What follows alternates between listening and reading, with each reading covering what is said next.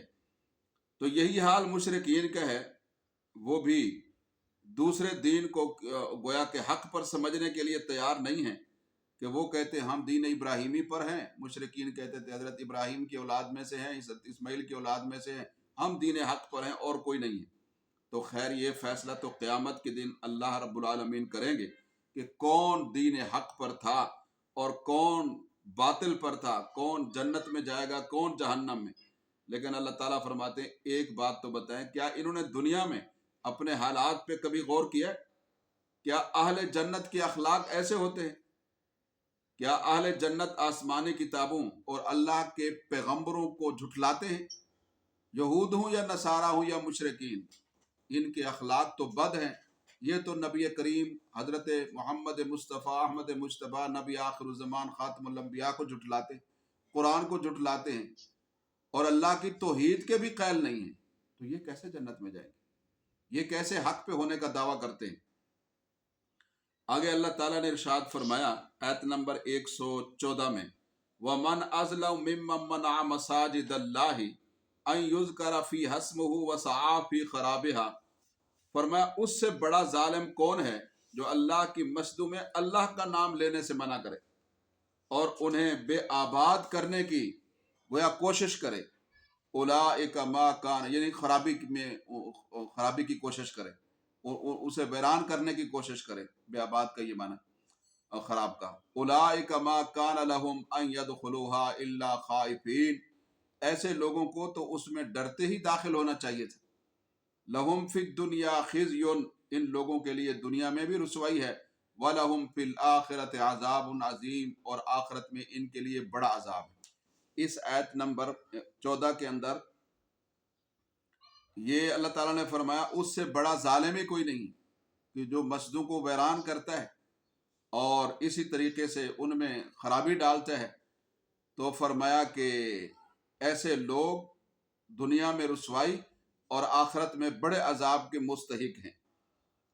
تو اس آیت کے الفاظ عام ہیں، ہر اس شخص کو شامل ہیں جو اللہ کی مسجدوں سے لوگوں کو روکے، ان میں نماز، ذکر، تلاوت قرآن پاک کے لیے رکاوٹیں کھڑی کرے اور مسجد کو بے آباد کرنے کی کوشش کرے، خواہ انفرادی طور پر ہو یا اجتماعی طور، یہ کوئی فرد کرے یا کوئی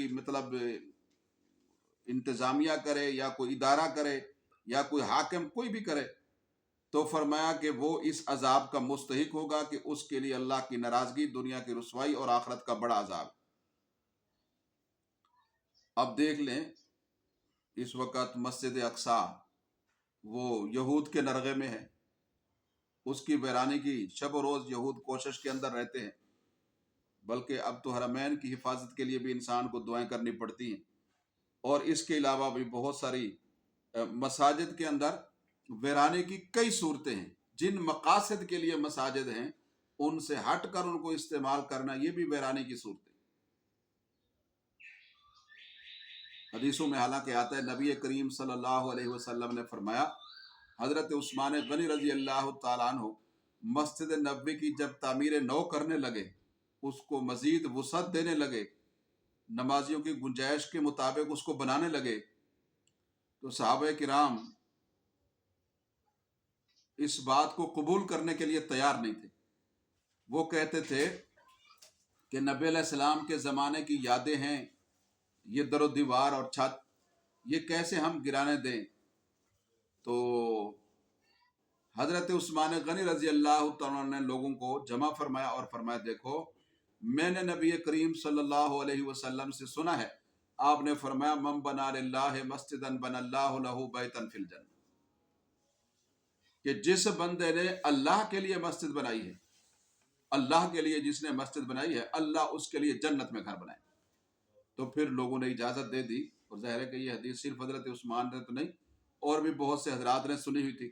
تو مطلب یہ ہے کہ مسجد جو ہے وہ تو نماز کے لیے ہے، عبادت کے لیے ہے، تلاوت قرآن کے لیے ہے، ذکر اللہ کے لیے ہے، درود پاک کے لیے ہے۔ تو ان چیزوں سے روکنا جو ہے، یہ مسجد کو ویران کرنا، یہ اس کے اندر شامل ہے۔ مسجد کے آداب اور تقدس کا خیال رکھتے ہوئے مسجد میں حاضری، اللہ رب العالمین کے حضور خشوع خضوع کے ساتھ حاضری دینا، یہ بہرحال مسجد کے آداب کے اندر شامل ہے۔ رب العالمین سے دعا ہے کہ اللہ تعالی ہمیں مساجد کے تقدس کی بحالی کی توفیق نصیب فرمائے۔ وَلِلَّهِ الْمَشْرِقُ وَالْمَغْرِبُ، آیت نمبر 115، اور اللہ ہی کے لیے ہے مشرق اور مغرب۔ فَأَيْنَمَا تُوَلُّوا فَثَمَّ وَجْهُ اللَّهِ، جدھر بھی تم منہ کر لو ادھر ہی اللہ ہے۔ ان اللہ واسع علیم، بے شک اللہ وسعت والے ہیں اور علیم خوب جاننے والے ہیں۔ اس آیت مبارکہ میں اللہ تعالیٰ نے اپنی ذات کو جہت اور مکان سے مبرہ قرار دیا ہے، اور فرمایا کہ مشرق بھی اللہ کا ہے، مغرب بھی اللہ کا ہے۔ اس لیے تم جس طرف بھی رخ کر لو، اللہ کی توجہ اور اللہ کی تجلی ہر جگہ پہ موجود ہے، کیونکہ اللہ تعالیٰ سمت سے اور جہت سے پاک ہے۔ کوئی مکان اس کا احاطہ نہیں کر سکتا، اللہ پاک ہر قسم کی حد بندی سے پاک ہے۔ تو اس آیت کا یہ مطلب ہرگز نہیں کہ نماز میں قبلہ رخ ہونا ضروری نہیں، کہ جہاں بھی رخ کر لے نماز ہو جائے گی، کیونکہ اللہ تو ہر جگہ موجود ہے، یہ مطلب نہیں۔ نمازی کا قبلہ رخ ہو کر نماز پڑھنا تو نماز کے صحیح ہونے کے لیے شرط ہے۔ اگر قبلہ معلوم نہ ہو تو اسے معلوم کرنے کے لیے انتظام کرنا، کوشش کرنا، یہ ضروری چیز ہے۔ زیادہ سے زیادہ اتنا ہے کہ اگر کوئی شخص کسی سواری پر سوار ہو اور وہ دوران سفر اپنی سواری پر نفل نماز پڑھنا شروع کر دے، جس کی وجہ سے اس کا چہرہ قبلے کی جانب سے پھر جائے، تو بہرحال اس کی نماز ہو جائے گی۔ آگے اللہ تعالیٰ فرماتے ہیں وَقَالُوا اتَّخَذَ اللَّهُ وَلَدًا لِلَّهِ الْمَشْرِقُ وَالْمَغْرِبُ۔ یہ اصل میں آیت اس وقت نازل ہوئی تھی کہ جب یہود و نصارہ نے یہ اعتراض کیا تھا، بالخصوص یہودیوں نے اور مشرکین نے، کہ دیکھو جی پہلے آپ بیت اللہ الحرام قبلہ کعبہ مکہ کی جانب منہ کرتے تھے نماز میں، اور پھر اب بعد میں بیت المقدس کی جانب منہ کیا 16-17 ہجرت کے بعد نبی علیہ السلام نے۔ اللہ کے حکم سے حکمت یہ تھی کہ چلو یہودی جو ہے وہ ان کا دل نرم ہو جائے اور یہ سوچیں کہ ہمارے قبلے کی جانب مسلمان منہ کر کے نماز پڑھ رہے ہیں تو وہ پھر کیا کریں، مسلمان ہو جائیں۔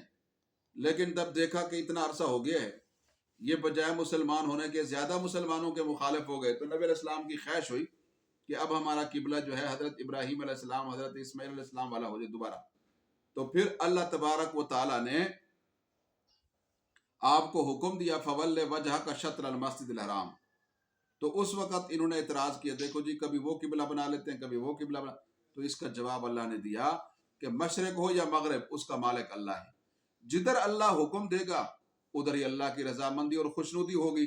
تو یہ اعتراض کہہ کا وَقَالُوا اتَّخَذَ اللَّهُ وَلَدًا، اور ان کی اپنی کیفیت تو یہ ہے، مسلمانوں کے تو قبلے کی تبدیلی یا اس کی تحویل پر اعتراض کرتے ہیں، لیکن ان کی اپنی حقیقت یہ ہے یہود و نصارہ یا مشرکین کی، کہ یہودی عزیر کو اللہ کا بیٹا مانتے ہیں، یہ شرک ہے، اور عیسائی عیسیٰ کو اللہ کا بیٹا مانتے ہیں، یہ شرک ہے۔ مشرکین مکہ کے بعض عرب قبائل فرشتوں کو اللہ کی بیٹیاں مانتے تھے، تو یہ شرک ہے، خود تو شرک میں مبتلا ہیں، اور مسلمانوں کے لیے تبدیلی قبلہ پر گویا معترض ہے۔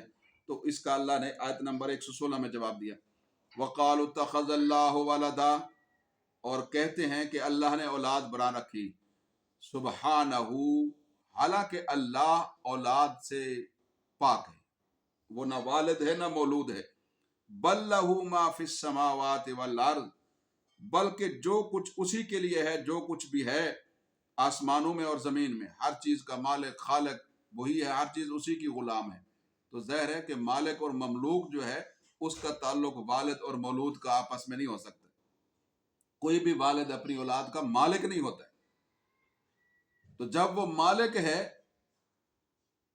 تو یہ باقی مخلوقات اس کی مخلوقات اور مملوکات ہیں، تو یہ اس کی اولاد نہیں ہو سکتی. کل اللہ قانتون، سب اللہ کی فرما بردار ہیں، ہر مخلوق سبھی اللہ کے فرما بردار ہیں. تو اس آیت مبارکہ میں اللہ تعالیٰ نے ان لوگوں کی تردید فرمائی ہے جو اللہ تعالیٰ کے لیے اولاد کو ثابت کرتے ہیں. وجہ یہ ہے کہ اولاد اپنے والد کا حصہ اور جز ہوتی، اور اللہ کا اپنی مخلوق کے ساتھ کوئی جز ہونے کا یا جزیت کا کوئی تعلق نہیں، بلکہ اللہ کا ملکیت کا تعلق ہے. تو ان دونوں چیزوں میں زمین آسمان کا فرق ہے. آسمان اور زمین کی ہر چیز اللہ کی ملکیت میں ہے، تو اللہ کا کوئی جز نہیں ہے، لہذا اس کے لیے اولاد کو ثابت کرنا یہ عقل کے بھی خلاف ہے. بدیع السماوات والارض، فرمایا وہ بغیر نمونے کے پیدا کرنے والا ہے آسمانوں کو اور زمین کو. وَإِذَا قَضَى أَمْرًا، اور جب وہ کسی کام کا فیصلہ کرتا ہے فَإِنَّمَا يَقُولُ لَهُ كُن فَيَكُونُ، تو وہ کہتا ہے اس کام کو کہ ہو جا تو وہ ہو جاتا ہے. مطلب یہ ہے کہ اللہ تعالیٰ کی دو صفتیں اس آیت میں بیان ہوئی، آیت نمبر 117 میں. ایک تو یہ کہ وہ بغیر کسی سابقہ مثال اور نمونے کے آسمان و زمین اور ہر مخلوق کو پیدا کرنے والا ہے. ظاہر ہے کہ اگر پہلے سے کسی چیز کا نمونہ موجود ہو تو اس کو بنانا مزید آسان ہو جاتا ہے، اس کی فوٹو کرنا یا نقل کرنا آسان ہو جاتا ہے. اور بغیر نمونے کے کسی چیز کو وجود دینا اور اس میں کوئی کمی نہ چھوڑنا یہ کوئی آسان کام نہیں، لیکن یہ اللہ نے کیا. اور دوسری صفت یہ ہے کہ اللہ رب العالمین اپنا حکم پورا کرنے کے لیے کوئی انتظار نہیں فرماتے یا دیر نہیں ہوتی اللہ کو حکم پورا کرنے میں. ادھر حکم دیا، ادھر کیا ہے، فرمایا کہ وہ حکم پورا ہو گیا. ان ربک فعال لما یرید، بے شک آپ کا رب کر گزرتا ہے جو چاہتا ہے. یعنی یہ کلمہ کن جو تعبیر ہے، مطلب یہ ہے کہ یہ سمجھانے کے لیے، جیسے کلمہ کن کہنے میں وقت نہیں لگتا کہ یہ چیز ہو جا، تو اللہ کا حکم بھی گویا پورا ہونے میں کوئی دیر نہیں ہوتی. آگے اللہ تعالیٰ آیت نمبر 118 میں ارشاد فرماتے ہیں وَقَالَ الَّذِينَ لَا يَعْلَمُونَ، اور کہا ان لوگوں نے جو نہیں جانتے یعنی مشرک، لَوْلَا يُكَلِّمُنَا اللَّهُ، کہ اللہ نے ہم سے بات کیوں نہیں کی. اللہ ہمیں بتلاتے یہ حضور ہیں، یہ رسول ہے. او تاتینا آیا، یا ہمارے پاس کوئی نشانی آ جائے. یہ اس طرح کے بے جا مطالبات جو ہے ان کے اللہ تعالیٰ نے سورہ فرقان میں بھی تفصیل کے ساتھ بیان کیے ہیں، وہ بھی آ جائیں گے. یہاں بھی آپ سماعت فرمائیں. وَقَالَ الَّذِينَ لَا يَعْلَمُونَ لَوْلَا يُكَلِّمُونَ اللَّهُ، اور کہتے ہیں وہ لوگ جو علم نہیں رکھتے، یعنی مشرکین امی لوگ تھے، یہ ان پڑھ عرب کے بدو. لَوْلَا يُكَلِّمُونَ اللَّهُ، کہ اللہ ہم سے کلام کیوں نہیں کرتا. او تاتینا آیا، یا یہ ہے کہ ہمارے پاس کوئی نشانی آ جائے. کذالک، یہ بات تو ہو گئی. قال الذین من قبلہم مثل قولہم، اسی طرح کہا ان جیسی باتوں کو ان سے پہلے والے لوگوں نے بھی، یعنی موسیٰ علیہ السلام سے بھی لوگوں نے ناجائز مطالبات کیے اور دیگر انبیاء سے بھی مطالبات کیے ہیں. تشابہت قلوبہم، فرمایا ان کے دل ایک دوسرے کے ساتھ ملتے جلتے ہیں. انکار کرنے والوں کے، کفر کرنے والوں کے سوالات، اعتراضات، طرز عمل، قلبی کیفیات یکساں ہوتی. قد بینا الآیات لقوم یوقنون، فرمایا یقیناً ہم ان لوگوں کے لیے نشانیاں بیان کرتے ہیں جو یقین رکھتے ہیں. یعنی فائدہ انہیں کو ہوتا ہے جو اللہ کی باتوں پر یقین رکھتے ہیں، ورنہ سنتے تو سبھی ہیں. تو اس آیت مبارکہ میں آیت نمبر 118 میں جاہل لوگوں کی یعنی مشرکین کی اس فرمائش کا ذکر ہے، بے جا فرمائش کا، کہ اللہ تعالیٰ ہم سے براہ راست ہم کلام کیوں نہیں ہوتے. یہی بات تشابہت قلوبہم، ان کے دل باتیں ملتی جلتی ہیں. یہی بات مشرکین نے انہوں نے بھی، قوم موسیٰ نے بھی کی کہ ہم خود اللہ تعالیٰ کو دیکھنا چاہتے ہیں کہ آیا یہ اللہ کا کلام ہے یا نہیں. اللہ ہمیں خود بتائیں کہ تورات اس نے دی ہے یا نہیں دی. تو ایسے ہی مشرکین بھی کہتے تھے. یہ فرمائشی معجزات تھے. اور دوسرا وہ یہی بھی کہتے تھے کہ اس کے علاوہ جو ہم کہتے ہیں وہ نشانی آ جائے کہ مکہ کے پہاڑ جو ہے ختم ہو جائیں، یہ شاداب اور سرسبز جگہ بن جائے، یا آپ کو کوئی خزانہ مل جائے، یا جبرائیل آپ کے پاس آئے ہم دیکھیں، اور اس طرح کی باتیں. تو فرمایا انہوں نے اتنی بڑی فرمائشیں کرتے ہوئے یہ نہیں سوچا کہ کیا ہم اس قابل ہیں بھی کہ نہیں ہیں کہ اللہ سے بات کر سکیں. تو یہ باتیں جو آج اہل مکہ کہہ رہے ہیں، اللہ فرماتے ہیں ان سے پہلے مختلف مشرک لوگ کر چکے ہیں. تو معلوم ہوتا ہے کہ ان کے دل ایک دوسرے کے ساتھ مشابہ ہیں. جب دل اور باتیں مشابہ ہیں کفریہ، تو پھر ان کی سزا بھی یکساں ہوگی، ایک جیسی ہوگی، سبھی جہنم میں اکٹھے ہوں. اِنَّا أَرْسَلْنَاكَ بِالْحَقِّ بَشِيرًا وَنَذِيرًا، آیت نمبر 119. بے شک بھیجا ہے ہم نے آپ کو اے نبی کریم صلی اللہ علیہ وسلم حق دے کر، حق کے ساتھ بھیجا ہے. حق کہتے ہیں ثابت شدہ چیز کو. بشیرا و نذیرا، خوشخبری دینے والا بنا کر اور ڈر سنانے والا بنا کر.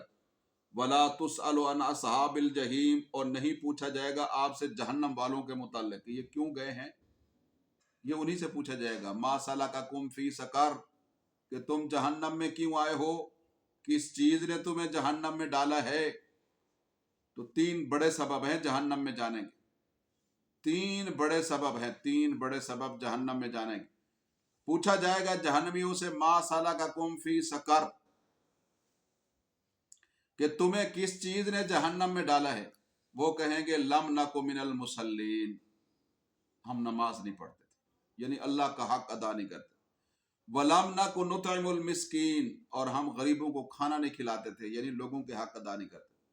وَكُنَّا نَخُوضُ مَعَ الْخَائِضِينَ، اور ہم لگائی بجھائیاں کرتے تھے، ادھر کی ادھر، ادھر کی ادھر، چغل خوریاں کرتے تھے. حدیث میں آتا ہے نبی کریم صلی اللہ علیہ وسلم نے فرمایا لا يدخل الجنت قطات، آیت نمبر 119. اِنَّا أَرْسَلْنَاكَ بِالْحَقِّ بَشِيرًا وَنَذِيرًا، اے نبی کریم صلی اللہ علیہ وسلم ہم نے آپ کو حق دے کر خوشخبری سنانے والا اور ڈرانے والا بنا کر بھیجا ہے. تو اس آیت مبارکہ میں نبی کریم صلی اللہ علیہ وسلم کی 2 صفتیں بیان فرمائی گئی ہیں، بشیر اور نذیر. بشیر کا معنی یہ ہے کہ آپ کی دعوت حق کو جو قبول کرنے والے ہیں ان کو آپ جنت کی بشارت دینے والے، خوشخبری دینے والے. اور نذیر کا معنی یہ ہے کہ جو لوگ آپ کی دعوت توحید کو ٹھکرا کر کفر کرنے والے ہیں ان کو آپ جہنم اور اس کے عذابوں سے ڈرانے والے ہیں. یہ معنی ہے. تو فرمایا کہ اگر یہ لوگ آپ کی دعوت کو قبول نہیں کرتے اور پھر اپنے کفر اور ضد پر ڈٹے رہتے ہیں، تو پھر آپ سے نہیں پوچھا جائے گا کہ یہ مسلمان کیوں نہیں ہوئے اور جہنم میں کیوں گئے. آپ تو خوشخبریاں دیتے ہیں، برے انجام سے لوگوں کو ڈراتے ہیں، آگاہ کرتے ہیں، اور یہ کہ آپ ہیں حق پر اور ہم نے آپ کو بھیجا ہے.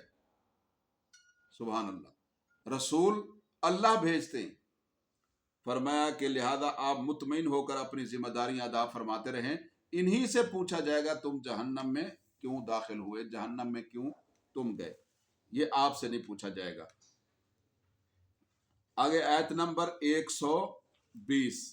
وَلَن تَرْضَىٰ عَنْكَ الْيَهُودُ وَلَا النَّصَارَىٰ، اور ہرگز نہیں راضی ہوں گے آپ سے یہود اور نہ عیسائی. حَتَّىٰ تَتَّبِعَ مِلَّتَهُمْ، یہاں تک کہ آپ ان کی ملت کی اتباع کر لیں. قُلْ إِنَّ هُدَى اللَّهِ هُوَ الْهُدَىٰ، فرما دیجئے اللہ کی طرف بے شک ہدایت تو وہی ہے، بے شک آپ فرما دیجئے کہ اللہ کی طرف سے ملنے والی ہدایت ہی اصل ہدایت ہے. وَلَئِنِ اتَّبَعْتَ أَهْوَاءَهُمْ بَعْدَ الَّذِي جَاءَكَ مِنَ الْعِلْمِ، اگر آپ اتباع کریں ان کی خواہشات کی بعد اس کے کہ آ چکا ہے آپ کے پاس علم، وحی کا علم، قرآن کا علم، اللہ کا علم. فرمایا مَا لَكَ مِنَ اللَّهِ مِن وَلِيٍّ وَلَا نَصِيرٍ، تو پھر نہیں ہوگا اللہ سے کوئی بچانے والا آپ کو، نہ کوئی مددگار، نہ کوئی دوست، نہ کوئی مددگار. تو اس آیت مبارکہ میں آیت نمبر 120 میں ایک دعویٰ کیا گیا ہے، اور حق تعالیٰ کو ظاہر ہے کہ دعویٰ کرنا زیب دیتا ہے اللہ تعالیٰ کو. فرمایا یہ جو یہود و نصارہ ہیں آپ کی پیروی کسی صورت کرنے والے نہیں، کیونکہ ان کی تو خواہش ہی ہے کہ آپ ان کی ملت کی پیروی کرنے والے بن جائیں. ظاہر ہے یہ ممکن نہیں ہے، کہ آپ ان کی ملت کی پیروی کریں، کیونکہ اگر ایسا ہوا تو یہ ان کی خواہشات کی پیروی ہوگی، تو ایسی صورت میں اللہ رب العالمین سے پھر آپ کی دوستی نہیں رہے گی، اور اللہ کی مدد، یعنی اللہ کے خلاف آپ کی کوئی مدد نہیں کر سکے گا۔ تو ارشاد فرمایا کہ اس لیے ان کے ایمان اور ہدایت کی توقع نہ رکھیں، ہدایت کا فیصلہ اللہ نے کرنا ہے، اللہ جسے چاہتا ہے ہدایت دیتا ہے۔ تو اب دیکھیے خود نبی کریم صلی اللہ علیہ وسلم کو یہ فرمایا جا رہا ہے کہ جن کے متعلق پکا یقین ہے کہ آپ تو یہودیوں کی کبھی بھی خواہشات کی پیروی نہیں کریں گے، تو گویا کہ آپ کے ذریعے سے امت کے ہر فرد کو یہ سمجھایا جا رہا ہے کہ اے امت مسلمہ، کسی مصلحت کا شکار ہو کر یہود و نصارہ کی اتباع نہ کرنا، ان کی پالیسیوں پر نہ چلنا اور ان کی خواہشات کی اتباع نہ کرنا، کیونکہ وہ کبھی بھی تم سے راضی نہیں ہوں گے، ان کے مطالبات بڑھتے ہی چلے جائیں گے، بڑھتے ہی چلے جائیں گے، تا آ کے وہ تو یہ چاہتے ہیں کہ تم اسلام کو خیر بات کہہ کے یہودیت اور عیسائیت اختیار کرو، لہذا ان کی خواہشات کی اتباع کبھی نہ کرنا، اللہ کی منشا کی اتباع کرنا۔ اللہ اکبر۔ اب توجہ فرمائیں، یہ جناب والا نبی کریم صلی اللہ علیہ وسلم نے اس نیت سے ہجرت کے بعد 16 یا 17 ماہ کچھ دن بیت المقدس کی جانب منہ کر کے نمازیں ادا فرمائیں، تاکہ یہودیوں کے دل نرم ہوں، ان کا بھی قبلہ ہے وہ، اور یہ پھر کیا کریں جی، مسلمان ہو جائیں۔ تو فرمایا ان کا دل کیا نرم ہونا ہے، ان کے دل تو پتھر سے بھی زیادہ سخت۔ آپ یہ چاہتے ہیں یہ ہمارے پیچھے آئیں، اور یہ یہود و نصارہ یہ چاہتے ہیں کہ آپ ان کے پیچھے آئیں، تو ایسا تو ممکن نہیں۔ تو فرمایا الذین آتیناہ، آیت نمبر 121، الذین آتیناہم الکتاب یتلونہ حق تلاوتہ، فرمایا وہ لوگ جنہیں ہم نے کتاب دی ہے کہ وہ اس کتاب کی تلاوت کرتے ہیں ایسے جیسے اس کا حق ہے۔ اولئک یؤمنون بہ، یہی ہے وہ لوگ جو اس کتاب پر حقیقت میں ایمان لانے والے ہیں۔ قرآن کے ساتھ جو لوگ وابستہ ہیں وہی حقیقت میں قرآن پر ایمان لانے والے ہیں، جو قرآن کے مطابق عمل کرتے ہیں وہی قرآن پر ایمان لانے والے ہیں۔ وَمَن يَكْفُرْ بِهِ، اور جو قرآن کا انکار کرے، فَأُولَئِكَ هُمُ الْخَاسِرُونَ، تو ایسے لوگ نقصان اٹھانے والے ہیں۔ یہ آیت نمبر 121۔ تو بہرحال الذین آتیناہم الکتاب، وہ لوگ جن کو ہم نے کتاب دی۔ اس کتاب سے کیا مراد ہے؟ بعض علماء کہتے ہیں کہ اس کتاب سے مراد تورات ہے۔ اگر اس کتاب سے مراد تورات ہو تو پھر آیت کا مطلب یہ ہے کہ یہودیوں میں سے کچھ لوگ ایسے بھی ہیں جو تورات کی تلاوت کرتے ہیں، اس کا حق ادا کرتے ہیں، تو ایسے ہی لوگ حقیقت میں تورات پر ایمان لانے والے، جیسے عبداللہ بن سلام، تورات کی تعلیمات کے مطابق وہ قرآن پر بھی ایمان لائے، یہ بھی تورات پر ایمان لانا ہے۔ اور دوسرا یہ ہے کہ الکتاب کو عام رکھا جائے تو اس کا مصداق جو ہے پھر قرآن پاک بھی ہے اور دیگر کتابیں بھی ہیں۔ تو مطلب یہ ہے کہ جن لوگوں کو ہم نے قرآن عطا کیا ہے وہ اس کا حق ادا کر کے تلاوت کرتے ہیں۔ قرآن پاک کے حقوق آگے آیت نمبر 129 میں بھی آ رہے ہیں، وہاں ہم ذرا عرض کریں گے۔ تو مطلب یہ ہے کہ وہ اندھے بہرے ہو کر قرآن کی آیات کے مضامین کے اوپر سے نہیں گزرتے، بلکہ آیات اور مضامین میں غور و فکر کرتے ہیں اور اس پر ایمان لاتے ہیں، اور عمل کے جذبے کے ساتھ، استقامت کے ساتھ، فرمایا کہ وہ عمل بھی کرتے ہیں، کفر کا راستہ اختیار نہیں کرتے۔ یا بنی اسرائیل اذکروا نعمتی التی انعمت علیکم، فرمایا اے بنی اسرائیل یاد کرو میری ان نعمتوں کو جو میں نے تم پر کی ہیں، وَأَنِّي فَضَّلْتُكُمْ عَلَى الْعَالَمِينَ، اور یہ کہ میں نے تمہیں اپنے دور کے جہان والے لوگوں پر فضیلت دی ہے۔ آیت نمبر 122۔ اس آیت مبارکہ کے الفاظ اور اس کا مضمون بعینی وہی ہے جو پیچھے آیت نمبر 47 میں بھی آیا ہے۔ تو بہرحال یہ بار بات آئی ہے، اس کو بے فائدہ تکرار نہ سمجھا جائے، کیونکہ عام طور پر جو اہم مضامین ہوتے ہیں ان میں ایسا ہی ہوتا ہے، کوئی بھی مضمون جب شروع کرتے ہیں تو ان کے ابتدائی جملوں پر مضمون کا اختتام ہوتا ہے، یعنی جو جملے ابتدا میں ہوتے ہیں وہی انتہا میں ہوتے ہیں۔ یہ جو گویا کالم نگاری کا یا بات کرنے کا اسلوب ہے، فصیح اور بلیغ لوگوں کے ہاں یہ معروف ہے۔ تو اس اعتبار سے آیت کا مفہوم یہ ہے کہ اے بنی اسرائیل، میرے احسانات اور نعمتوں کو یاد کرو، جن میں سے چند انعامات اور احسانات کا ذکر یہاں بھی ہے، اس کے علاوہ بھی بے شمار احسانات ہیں۔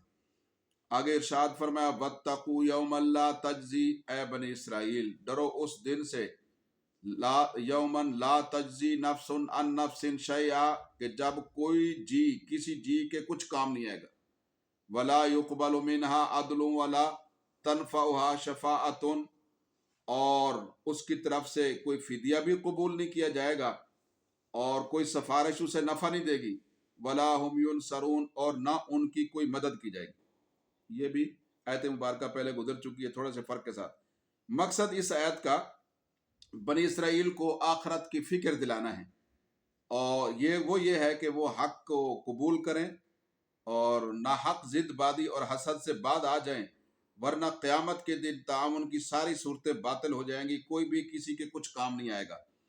آگے فرمایا وَإِذِ ابْتَلَىٰ إِبْرَاهِيمَ رَبُّهُ بِكَلِمَاتٍ فَأَتَمَّهُنَّ، اور اس وقت کو یاد کیجئے جب ابراہیم کو ان کے رب نے چند باتوں میں آزمایا،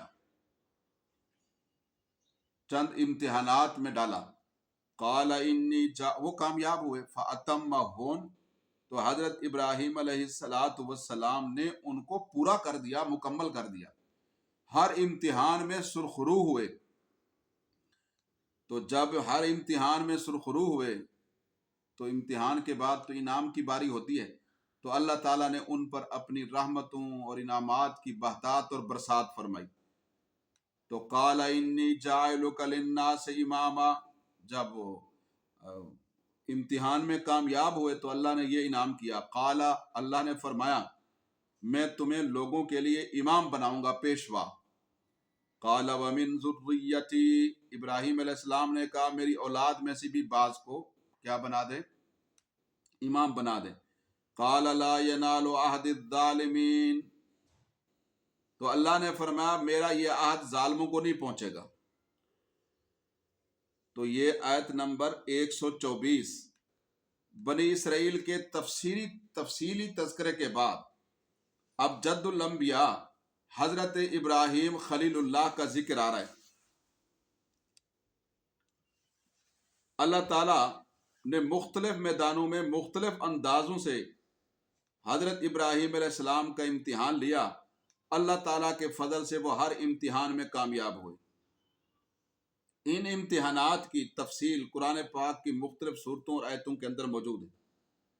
اللہ تعالیٰ نے انعام کے طور پر حضرت ابراہیم خلیل اللہ کو امامت کا عظیم تحفہ عطا کیا۔ حضرت ابراہیم علیہ السلام نے اپنی اولاد کو بھی اس میں شامل کرنے کی دعا کی، تو اللہ تعالیٰ نے ان کے اوپر واضح فرمایا کہ جو شرک نہیں کریں گے، جو حقدار ہوں گے، انہیں ضرور منصب عبادت ملے گا، اور جو ظالم ہوں گے وہ محروم رہیں گے۔ تو بہرحال یہ پہلا موقع ہے کہ حضرت ابراہیم علیہ السلام کا تذکرہ یہاں سے شروع ہوا ہے، تو اس لحاظ سے یہی تھوڑی بہت بات انشاءاللہ عرض کر دیتے ہیں۔ حضرت ابراہیم علیہ السلام کا ذکر مبارک 25 صورتوں میں 63 آیات مبارکہ میں 63 مرتبہ آیا ہے۔ قرآن پاک نے حضرت ابراہیم علیہ السلام کا تذکرہ بہت عزت اور احترام کے ساتھ کیا ہے، اور حضرت ابراہیم علیہ السلام اپنی ذات میں ایک مستقل ادارہ تھے دینی خدمات کے حوالے سے۔ حضرت ابراہیم علیہ السلام عراق کے ایک قصبے بابل کے قریب رہنے والے تھے، ادر، اور ان کی قوم بت پرست تھی، اور آپ کا والد جو تھا وہ لکڑی کا کام کرتا تھا، لکڑی کے بت بنا بنا کر اپنی قوم میں فروخت کیا کرتا تھا، اور قوم اس کے تراشے ہوئے بے جان بتوں کی پوجا کرتی تھی۔ تو حضرت ابراہیم علیہ السلام کو اللہ نے جب نبی بنایا، دعوت حق کا اور توحید کا حکم دیا کہ توحید پھیلاؤ، تو انہوں نے تعمیل حکم کا آغاز اپنے گھر سے کیا، اور اپنے باپ کو پیار، محبت اور شفقت اور اخلاص کے ساتھ بتوں سے منہ موڑنے اور اللہ کی توحید سے لو لگانے کی تلقین کی، جس کی تفصیل سورہ مریم کی آیت نمبر 41 سے آیت نمبر 48 تک موجود ہے۔ تو خیر ان کے باپ نے نہ صرف یہ کہ ان کی نصیحت اور خیرخواہی کو مسترد کیا، بلکہ تلخی کے ساتھ انہیں سنگسار کرنے اور گھر سے نکالنے کی دھمکی بھی دے دی۔ تو خیر ابراہیم علیہ السلام نے اپنے باپ کو الوداعی سلام کیا اور اپنی دعوت کا رخ قوم کی طرف موڑ دیا، جس کے لیے انہوں نے نہایت مؤثر پیرائے میں گویا کہ توحید کی دعوت دی، گھر سے دعوت شروع کی۔ گھر والے مخالف ہوئے تو پھر ان کی بات نہیں مانی، پھر قوم کو دعوت دی، قوم والے مخالف ہوئے تو قومی دھارے میں شامل نہیں ہوئے بلکہ ان کی بھی مخالفت کی۔ پھر شاہ وقت کو دعوت دی، اس نے نہیں مانا تو اس کے بھی مخالف ہوئے، بادشاہ کے رعب اور دبدبے کا اثر قبول نہیں کیا۔ تو ہمیں یہ واقعات سنانے کا مطلب یہ ہے کہ اے مسلمانوں، تمہارے ساتھ بھی یہ صورتحال پیش آ سکتی ہے۔ بعض اوقات بے دینی کی طرف تمہیں گھر کا ماحول راغب کرے گا، تم نے بات نہیں ماننی گھر والوں کو۔ بعض اوقات تمہیں بے دینی کی طرف ایک عوامی ماحول جو ہے وہ راغب کرے گا، تم نے لوگوں کی بات بھی نہیں ماننی۔ اور بعض اوقات حکومت پریشر دے گی بے دینی کی طرف، تم نے ان کی بات کو بھی نہیں ماننا۔ تو فرمایا کہ اللہ کی بات کو ماننا ہے، اللہ کے رسول کی بات کو ماننا ہے۔ اس کو حدیث میں یوں بیان کیا گیا ہے، لا طاعت لمخلوق فی معصیت الخالق، مخلوق کی وہاں اطاعت نہیں ہوتی جہاں خالق کی نافرمانی۔ مخلوق میں باپ بھی ہے، معاشرہ بھی ہے، حکومت بھی ہے، تو لہذا مخلص مسلمان وہ ہے، دین ابراہیمی پر وہ ہے، حضرت ابراہیم علیہ السلام کا پیروکار وہ ہے کہ جو سب سے ہٹ کٹ کر اللہ رب العالمین کے ساتھ دوستی لگاتا ہے، اللہ کی منشا پر چلتا ہے، اپنی اجتماعی اور انفرادی زندگی جو ہے وہ اللہ کی منشا کے مطابق گزارتا ہے۔ تو یہ ابراہیم علیہ السلام ہیں۔ اللہ اکبر۔ تو بڑی مشقتوں اور آزمائشوں کا آپ کو سامنا بھی رہا، اور دعوت دیتے رہے قوم کو، لیکن قوم کے دلوں پر مہر لگ گئی، اس لیے انہوں نے ایک دوسرے کو یہ کہہ کر جوش دلانا شروع کر دیا کہ ابراہیم علیہ السلام نے ہمارے بتوں کی توہین کی ہے۔ وہ ان کے تو گویا خدا تھے، وہ یہ سمجھتے تھے، نعوذ باللہ، اور اس گستاخی کے ذریعے ہمارے گویا مذہبی جذبات کو ٹھیس پہنچائی ہے، اس لیے وہ سزا کے مستحق، اور ان کی سزا یہ ہے کہ انہیں آگ کے بھڑکتے ہوئے گویا الاؤ کے اندر جھونک دیا جائے۔ اور اس منصوبے کی سربراہی اور سرپرستی اس زمانے کے بادشاہ نمرود نے کی ہے۔ تو حضرت ابراہیم علیہ السلام کو اس نے اپنے دربار میں طلب کیا۔ حضرت ابراہیم علیہ السلام کے درمیان اور نمرود کے درمیان جو بات چیت ہوئی تو وہ بہرحال سورہ بقرہ کی آیت نمبر 258 میں موجود ہے، آ رہی انشاءاللہ عرض کریں گے۔ تو جب نمرود بھی لاجواب ہو گیا تو اس نے، جب کسی شخص کے پاس، طاقتور کے پاس دلیل کی طاقت نہیں ہوتی تو وہ دھونس، طاقت، جبر، زبردستی، گویا کہ ظلم کے استعمال پر آمادہ ہو جاتا ہے۔ یہ دستور دنیا رہا ہے، اب بھی ہے، کہ جب کسی کے پاس دلیل نہیں ہوتی ہے تو وہ پھر کسی کو زیر کرنے کے لیے طاقت، دھون، دھاندلی کا استعمال کرتے ہیں۔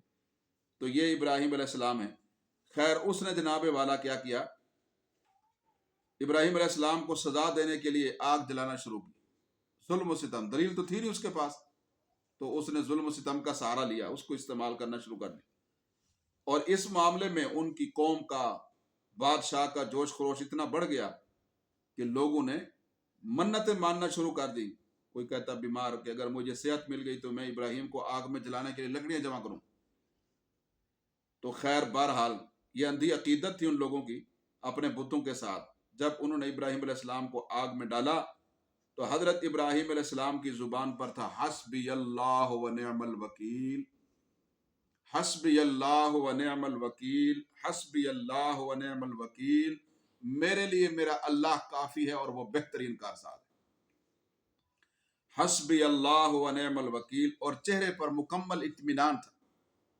تو اللہ تعالیٰ کے حکم سے قلنا یا نار کونی بردا و سلاما علی ابراہیم، ہم نے کہا اے آگ ہو جا ٹھنڈی اور سلامتی والی ابراہیم علیہ السلام پر۔ تو اللہ تعالیٰ کے حکم سے وہ آگ حضرت ابراہیم علیہ السلام کے لیے ٹھنڈی اور سلامتی والی ہو گئی۔ حضرت ابراہیم علیہ السلام اس میں سے زندہ سلامت باکرامت باہر نکل آئے۔ یہ ان کا عظیم الشان معجزہ دیکھ کر ان کی قوم کو ان پر زہر ایمان لے آنا چاہیے تھا، لیکن شومی قسمت کہ ایسا نہیں ہو سکا، سوائے حضرت لوط علیہ السلام جو ان کے بھتیجے تھے، پھر بعد میں اللہ کے نبی بنے، اردن میں مبعوث کیے گئے، ان کے علاوہ کوئی ایمان نہیں لایا۔ تو اس پر حضرت ابراہیم علیہ السلام وہاں سے ہجرت کر کے گویا کہ کلدانیین نامی بستی میں پہنچے، وہاں سے ہاران، پھر فلسطین، پھر نابلس، پھر ملک کے مصر پہنچے۔ وہاں حضرت سارہ کے ساتھ شاہ مصر کی دست درازی اور اللہ تعالیٰ کی طرف سے ان کی غیبی حفاظت کا واقعہ پیش آیا۔ تو اس سفر میں اللہ تعالیٰ نے حضرت ابراہیم علیہ السلام کی نسل چلانے اور اس کے بڑھانے کا غیبی انتظام بھی فرمایا، جس کی صورت یہ پیدا ہوئی کہ شاہ مصر نے اپنی بیٹی حضرت ہاجرہ حضرت سارہ کی خدمت کے لیے پیش کی۔ حضرت سارہ انہیں اپنے ساتھ لے کر آئیں اور انہیں حضرت ابراہیم علیہ السلام کی خدمت کے لیے وقف کر دی، جن سے حضرت ابراہیم علیہ السلام کے صاحبزادے حضرت اسماعیل علیہ السلام پیدا ہوئے۔ اس وقت جب حضرت اسماعیل علیہ السلام پیدا ہوئے، حضرت ابراہیم علیہ السلام کی عمر مبارک 87 سال تھی، لیکن پھر اللہ کا کرنا ایسا ہوا کہ حضرت سارہ اور حضرت ہاجرہ کے درمیان شکر رنجی پیدا ہوئی، تو مزاجوں میں باہم موافقت نہ رہی۔ تو حضرت ابراہیم علیہ السلام نے اللہ کے حکم پر اور اللہ کی وحی کی روشنی میں اپنی اہلیہ حضرت ہاجرہ اور حضرت اسماعیل اپنے بیٹے حضرت اسماعیل کو لے کر بے آب و گیا وادی میں تشریف لے آئے، جہاں اللہ کا حکم تھا، جہاں نہ زندگی کے آثار کچھ بھی نہیں۔ تو اس آزمائش کا سب سے پہلا گویا انعام آب زمزم کی شکل میں سامنے آیا، دوسرا گویا کہ انعام مکہ مکرمہ کی آبادی اور بیت اللہ کی تعمیر کی صورت میں۔ تو بہرحال اس پہلی آزمائش میں حضرت ابراہیم اور حضرت اسماعیل علیہ السلام کے درمیان ظاہری اور جسمانی جدائی تو تھی، اللہ نے فرمایا وہاں چھوڑ کے واپس آ جاؤ، لیکن حضرت ابراہیم علیہ السلام ہر مہینے ان سے ملاقات کے لیے سواری پر سوار ہو کر تشریف لے جاتے۔ اللہ اکبر۔ تو پھر دوسری آزمائش اسماعیل علیہ السلام کے حوالے سے اور زیادہ سخت تھی کہ جب حضرت ابراہیم خلیل اللہ نے ایک خواب دیکھا کہ جس میں وہ اپنے فرزند ارجمند حضرت اسماعیل ذبیح اللہ کو اپنے ہاتھوں سے ذبح کریں۔ یہ نہیں دیکھا ذبح کر دیا، صرف ذبح کا کرتے ہوئے دیکھا بس۔ چونکہ انبیاء کرام کے خواب جو ہیں وہ شرعی دلیل ہوتے ہیں، تو اس لیے ابراہیم علیہ السلام سمجھ گئے کہ اللہ کی منشا یہ ہے کہ میں اپنے بیٹے اسماعیل کو ذبیح اللہ کو قربان کروں اللہ کے نام پر۔ تو ظاہر ہے کہ اس صورت میں دعاؤں اور آرزوؤں سے حاصل ہونے والے اس گویا کہ نونہال کا زندہ رہنا تو ممکن نہیں تھا، لیکن اللہ تعالیٰ نے اس میں بھی انہیں سرخرو کیا۔ جب وہ ذبح کرنے لگے، اتنا ہی دیکھا تھا، تو اللہ تعالیٰ نے جنت سے مینڈا بھیج دیا، جسے ابراہیم علیہ السلام نے حضرت اسماعیل علیہ السلام کی جگہ جو ہے وہ ذبح کر دی۔ اسی کو قرآن نے کہا وَفَدَيْنَاهُ بِذِبْحٍ عَظِيمٍ۔ تو ذبح عظیم کے اس واقعے کے کچھ عرصہ بعد حضرت اسماعیل علیہ السلام کی قبیلہ جرہم کے اندر شادی ہو چکی تھی اور ان کی والدہ حضرت ہاجرہ کا انتقال بھی ہو چکا تھا۔ تو پھر حضرت ابراہیم علیہ السلام کو اللہ تعالیٰ کی طرف سے خانہ کعبہ کی تعمیر کا حکم ملا ہے۔ تو چنانچہ دونوں باپ بیٹوں نے مل کر بیت اللہ کی تعمیر نو کی، جس کا تذکرہ بہرحال یہاں یہ بالکل وَإِذْ يَرْفَعُ إِبْرَاهِيمُ الْقَوَاعِدَ آیت نمبر 127 کے اندر موجود ہے۔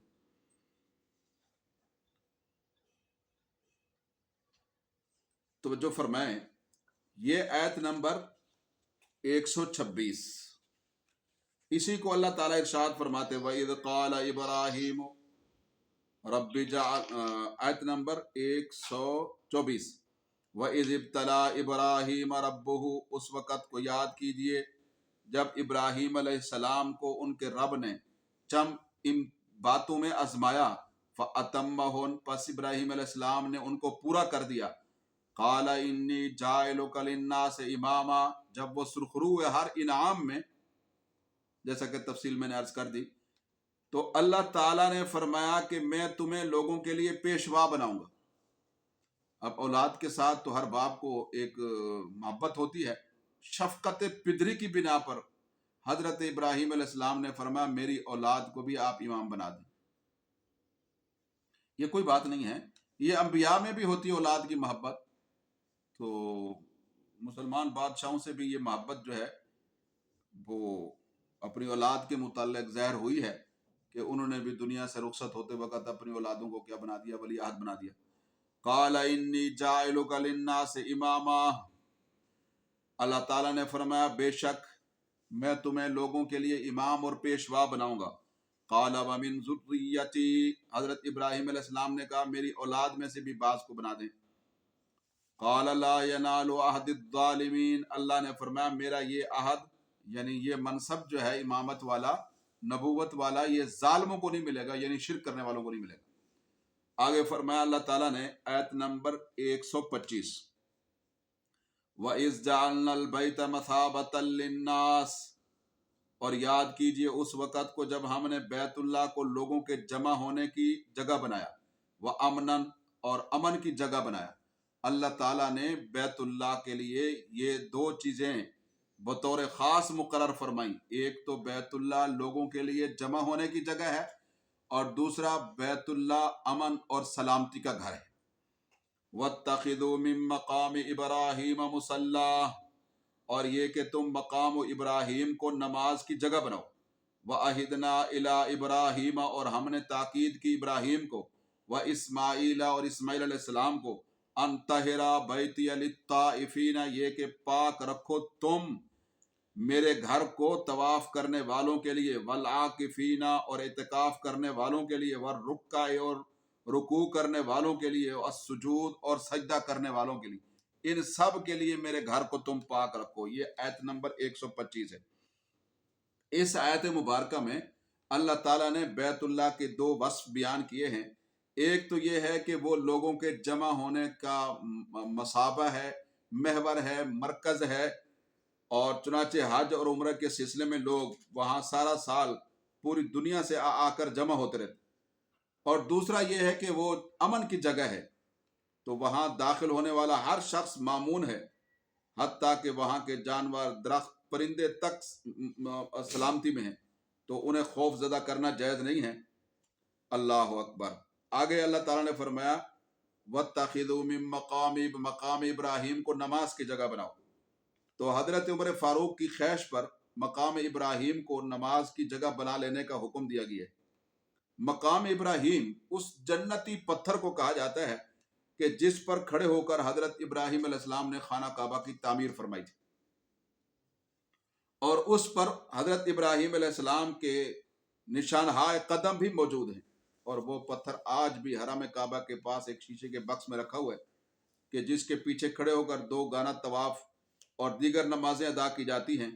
اس کے علاوہ اس آیت میں حضرت ابراہیم اور حضرت اسماعیل علیہ السلام سے خانہ کعبہ کو پاک صاف رکھنے کی تاکید کا ذکر بھی کیا گیا ہے، جس سے معلوم ہوتا ہے کہ اللہ تعالیٰ کے نزدیک حرم کعبہ کی صفائی ستھرائی اتنی اہمیت رکھتی ہے کہ اس وقت وہ دو جلیل القدر پیغمبروں سے اس کا عہد لیا گیا.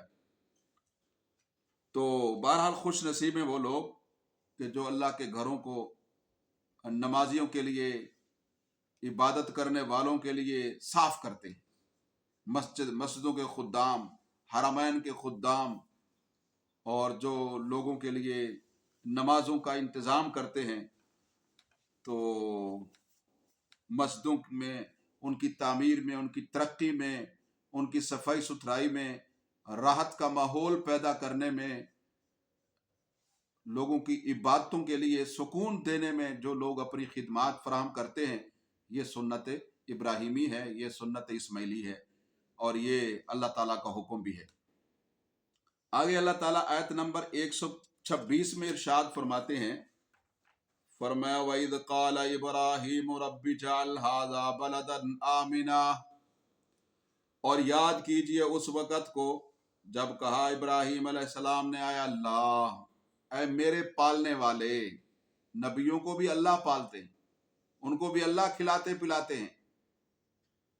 وَإِذْ قَالَ إِبْرَاهِيمُ رَبِّ اجْعَلْ، یاد کیجئے اس وقت کو جب کہا ابراہیم علیہ السلام نے اے میرے رب، اے مجھے پالنے والے، اے میرے اللہ، ھذا بلدن آمنا، اس شہر کو امن والا بنا دے، وارزق اہلہ من الثمرات، اور دے اس کے رہنے والوں کو روزی پھلوں میں سے، تیار شدہ روزی، من آمن منہم باللہ والیوم الاخر، لیکن ان کو دے، امن والا بھی ان کے لیے بنا اس شہر کو کہ جو ان میں سے ایمان لائے اللہ اور یوم آخرت پر۔ اللہ تعالیٰ نے فرمایا یہ دعا تو تمہاری قبول ہے، لیکن تم نے محدود مانگے، ہم زیادہ دیں گے۔ اور اللہ کی شان یہی ہے کہ کم مانگتا ہے انسان، اللہ کی طرف سے وسعت کے ساتھ زیادہ ملتا ہے۔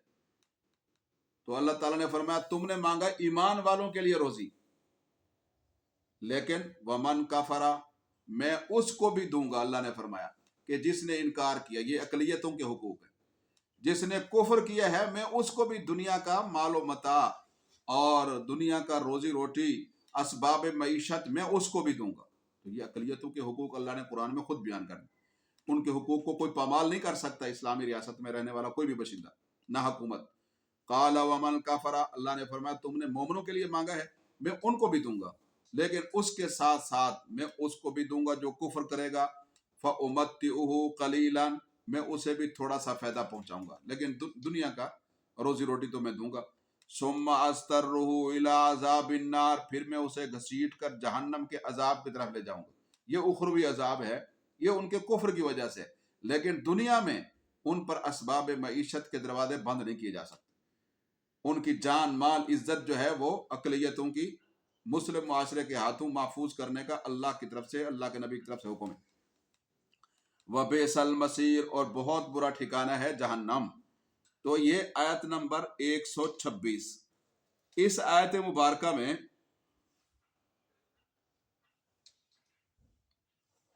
حضرت ابراہیم علیہ السلام کی اس دعا کا ذکر ہے جو انہوں نے مکہ مکرمہ میں اپنی اہلیہ حضرت ہاجرہ اور صاحبزادے حضرت اسماعیل کو آباد کرتے ہوئے اللہ کی بارگاہ میں پیش کی تھی۔ وہ جگہ اس وقت نہ تو آباد تھی، نہ اسے شہر کہا جا سکتا تھا، وہاں تو بواد غیر ذی زرع عند بیتک المحرم کا ماحول تھا، زندگی کا نام و نشان موجود نہیں تھا، لیکن حضرت ابراہیم علیہ السلام وہاں امن و امان کی دعا مانگ رہے۔ وجہ اس کی یہ ہے کہ شہروں کی بقا امن، امان، سلامتی کے اندر مخفی ہے۔ جس شہر سے، جس علاقے سے، جس خطے سے امن و امان رخصت ہو جائے، معیشت تباہ ہو جاتی، ظاہر ہے کہ لوگ پھر غیر یقینی صورتحال کا شکار ہو جاتے ہیں۔ تو اس لیے سب سے پہلے امن کی دعا فرمائی، اس کے بعد رزق کی دعا فرمائی، اور اس میں بطور خاص پھلوں کا ذکر فرمایا، کیونکہ ابراہیم علیہ السلام کو پتہ تھا کہ یہ زمین تو بے آب و گیا ہے، نہ پانی ہے، نہ گھاس ہے، نہ سبزہ ہے، نہ یہ قابل کاشت ہے، تو لہذا یہاں کوئی غلے فصلیں اجناس تو ہو نہیں سکتے، تو بحر سے ثمرات کا معنی تیار شدہ یہاں خوراکیں پہنچے اور کھانے پہنچے اور پھل پہنچے۔ تو بہرحال یہ نہیں فرمایا کہ اے اللہ اس سرزمین کو قابل زراعت بنا وغیرہ وغیرہ، بلکہ فرمایا اے اللہ پھلوں کا رزق عطا فرما، یہیں سے ہو یا دنیا کے کسی کونے سے۔ تو اللہ نے ان کی دونوں کو دعائیں قبول فرما لی۔ امن و امان بھی الحمدللہ اللہ نے عطا فرمایا جس کا مشاہدہ آج بھی کیا جا سکتا ہے، اور رزق کی فراوانی بھی اللہ نے عطا فرمائی جس کا مشاہدہ آج بھی وہاں کیا جا سکتا ہے۔ تو حضرت ابراہیم علیہ السلام نے ایمان والوں کے لیے یہ دعائیں مانگی ہیں، لیکن اللہ تعالیٰ نے ان دعاؤں کو عام کرتے ہوئے فرمایا جو کفر بھی کرے گا، دنیا کے ساز و سامان مال و متاع سے فائدہ اٹھانے کا موقع میں اسے بھی دوں گا، چونکہ دنیا تو دار الجزا نہیں ہے، سزا کا گھر نہیں ہے، بدلے کا موقع نہیں ہے یہ، البتہ آخرت میں ان کا حساب جو ہے بے باک کر کے جہنم میں ڈالوں گا اگر کفر میں مریں گے۔ آگے اللہ تعالیٰ آیت نمبر 127 میں فرماتے ہیں وَإِذْ يَرْفَعُ إِبْرَاهِيمُ الْقَوَاعِدَ مِنَ الْبَيْتِ، فرمایا کہ یاد کیجئے اس وقت کو جب من البیت و اسماعیل، اور جب ابراہیم اور اسماعیل بیت اللہ کی بنیادوں کو اٹھا رہے تھے، ٹیلا کی صورت میں وہاں بیت اللہ موجود تھا، نشاندہی جبریل امین نے کی، انہی بنیادوں پر آپ نے پھر تعمیر کو اٹھایا، ربنا تقبل، تعمیر بھی فرما رہے تھے، ساتھ ساتھ دعائیں بھی کر رہے تھے۔ اس کا معنی یہ ہے کہ انسان کوئی بھی بات کرے اس کے بعد دعا بھی کرے، ربنا کوئی مسئلہ نہیں ہے، بے جا اس کو متنازع نہیں بنانا چاہیے۔ ربنا تقبل، تو فرما رہے تھے اے اللہ تو قبول فرما ہماری طرف سے یہ دینی خدمت، یہ اپنے گھر کی تعمیر کا مبارک عمل۔ انک انت السمیع، بے شک تو خوب سننے والا ہے، العلیم تو خوب جاننے والا ہے۔ اس آیت نمبر 127 کے اندر ابراہیم علیہ السلام کی ایک اور دعا کا ذکر ہے کہ جس میں ان کے ساتھ حضرت اسماعیل علیہ السلام بھی شریک تھے۔ یہ دعا تعمیر کعبہ کے موقع پر آپ نے مانگی، سبحان اللہ۔ تو فرمایا کہ اے اللہ ہماری اس دینی خدمت کو شرف قبولیت عطا فرما۔ گویا کہ اخلاص جو ہے وہ اس کی بنیاد پر آپ نے یہ دعا، کسی بھی چیز میں اخلاص یہ قبولیت کی علامت ہے۔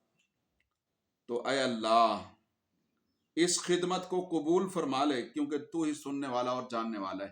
تو اللہ تعالیٰ سے دینی خدمت پر اس کی قبولیت کی، یا دینی کام پر، چاہے وہ عبادات میں سے ہو یا حسن معاملات میں سے ہو یا حسن معاشرت میں سے ہو، انفرادی زندگی میں، اجتماعی زندگی میں، جو بھی انسان کار خیر میں حصہ ڈالتا ہے یا ان کو کرتا ہے، اس کے بعد ضرور اللہ تعالیٰ سے ان کی قبولیت کی دعا بھی کرے کہ اللہ ہمیں بھی دین کی خدمت کے لیے قبول و منظور فرما۔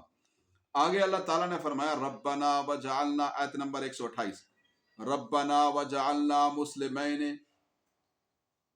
حضرت ابراہیم علیہ السلام کی دعا نقل فرمائی کہ اے ہمارے پروردگار ہم دونوں کو اپنا فرما بردار اور مطیع اور تابع فرمان بنا، وَمِن ذُرِّيَّتِنَا أُمَّةً مُسْلِمَةً لَكَ، اور ہماری اولادوں میں سے بھی ایک جماعت کو اپنا فرما بردار بنا، وَأَرِنَا مَنَاسِكَنَا، اور ہمیں حج کے ارکان سکھلا، وَتُبْ عَلَيْنَا، اور ہمارے اوپر اپنی رحمت سے توجہ فرما، اِنَّكَ أَنْتَ التَّوَّابُ الرَّحِيمُ، بے شک تو ہی توبہ قبول کرنے والا اور نہایت مہربان۔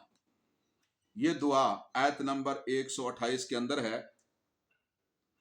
اس دعا میں ابراہیم علیہ السلام اور حضرت اسماعیل علیہ السلام نے ایک دعا مانگی۔ اس آیت میں دعا ہے حضرت ابراہیم اور حضرت اسماعیل علیہ السلام کی، کہ جس میں انہوں نے اپنے اور اپنی نسل در نسل اولاد کے لیے اللہ تعالیٰ سے فرما برداری اور اطاعت شاری مانگی۔ اس سے یہ بھی ثابت ہوا، ایک تو فرما برداری اور اطاعت کی اہمیت ثابت ہوئی، اور دوسرا یہ کہ انسان کو اپنی اولاد کے لیے بھی اس کے دینی رجحانات اور اس کے دین پر چلنے کی فکر یہ کرنی چاہیے۔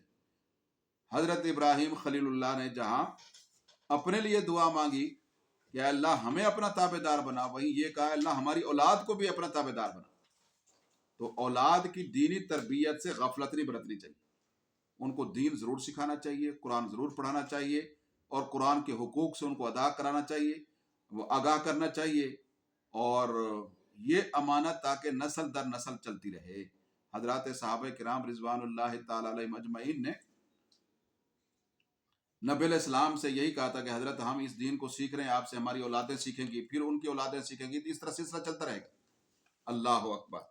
تو بہرحال اللہ تعالیٰ فرماتے ہیں کہ ربنا وجعلنا مسلمین، حضرت ابراہیم حضرت اسماعیل دونوں نے دعا مانگی، اے اللہ ہمیں اپنا فرما بردار بنا، وَمِن ذُرِّيَّتِنَا أُمَّةً مُسْلِمَةً لَكَ، اور ہماری اولاد میں سے بھی ایک جماعت کو اپنا فرما بردار بنا، وَأَرِنَا مَنَاسِكَنَا، اور ہمیں حج کے ارکان سکھلا۔ تو حج کے ارکان سکھلانے کی دعا کی ہے تاکہ بیت اللہ کی انہوں نے جدید تعمیر جو کی ہے اسے اللہ کے پسندیدہ طریقے سے آباد بھی کر سکیں۔ اپنے طرز عمل سے عبادت نہیں کرنی، عبادت جو کرنی ہے وہ طے شدہ اللہ کے طریقے کے مطابق کرنی، اللہ کی طرف سے، اللہ کے حبیب کی طرف سے جو طے شدہ طریقے اس کے مطابق کرنی۔ تو اس لیے دعا مانگی مناسک حج کی تعلیم کے لیے، وَتُبْ عَلَيْنَا، اور اے اللہ ہمارے اوپر اپنی رحمت کی توجہ فرما۔ تو یعنی حج بھی سکھلا، توبہ کی قبولیت بھی سکھلا۔ تو ان دعاؤں کے اندر گویا کہ حضرت ابراہیم علیہ السلام نے دنیاوی ضروریات کو اللہ کے سامنے پیش نہیں کیا، بلکہ دینی اور اخروی ضروریات کو پیش کیا ہے۔ تو اس سے دینی جو چیزیں ہیں، ضروریات ہیں، ان کی اہمیت جو ہے ہمیں واضح ہوتی ہے۔ آگے اللہ تعالیٰ فرماتے آیت نمبر 129، ربنا وبعث فیہم، اے ہمارے پالنے والے، اے ہمارے پروردگار، وبعث فیہم رسولا منہم، انہی میں سے ایک نبی بھیج دے، مبعوث فرما لے، ایک عظیم الشان پیغمبر انہی میں سے، یتلو علیہم آیاتک، جو تلاوت کرے ان کے اوپر تیری آیات کو، وَيُعَلِّمُهُمُ الْكِتَابَ وَالْحِكْمَةَ، اور انہیں تعلیم دے کتاب اور حکمت کی، وَيُزَكِّيهِمْ، اور ان کو پاک کرے قرآن کے مطابق اور حکمت کے مطابق، انک انت العزیز الحکیم، بے شک اے اللہ تو ہی غالب حکمت والا ہے۔ اس آیت مبارکہ میں قرآن پاک کے حقوق اور نبی کریم صلی اللہ علیہ وسلم کی بعثت کے مقاصد کو بیان کیا گیا ہے کہ کن کن مقاصد کے لیے حضرت ابراہیم علیہ السلام نے ایک رسول کے مبعوث ہونے کے لیے دعا مانگی۔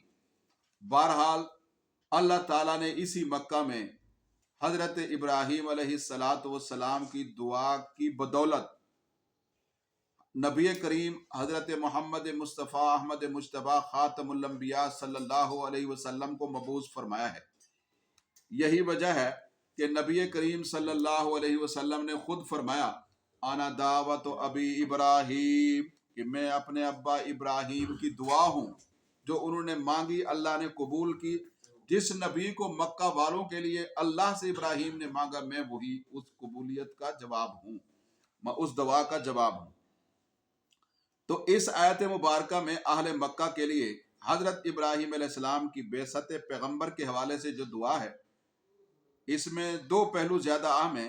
ایک تو یہ کہ وہ پیغمبر انہی اہل مکہ میں سے ہو، تاکہ ان کے مزاج اور ان کی ثقافت کو خوب اچھی طرح سمجھتا ہو، ان کے حالات سے مانوس ہو، اور وہاں کے لوگ اس سے گویا شناسا بھی ہوں، کیونکہ اجنبی بہرحال اجنبی ہوتا ہے۔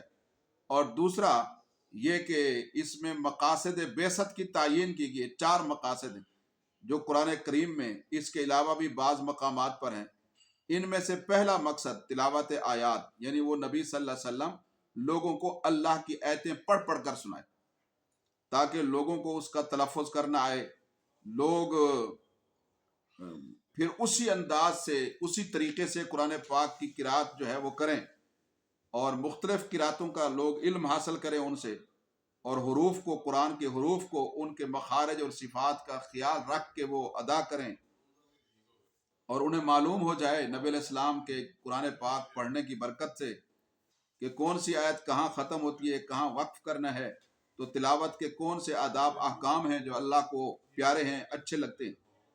تو دوسرا مقصد تعلیم کتاب اللہ، یعنی وہ نبی لوگوں کو اللہ کی مراد بتلائے، آیات کے معنی اور مفہوم کو واضح کرے، قرآن کے اسرار اور رموز جو ہے لوگوں کو بتلائے، اور قرآن کے مختصر جگہوں کی پوری تفصیل کرے، تشریح کرے، اور اللہ کی آیات کی تفسیر بتلائے۔ اور ان کو تیسرا مقصد تعلیم حکمت، حکمت کا معنی ہے کہ ہر وہ کلام جو حق کے موافق ہو، یعنی زندگی گزارنے کا وہ طریقہ جو ہر مرحلے پر انسان کو رہنمائی فراہم کرے۔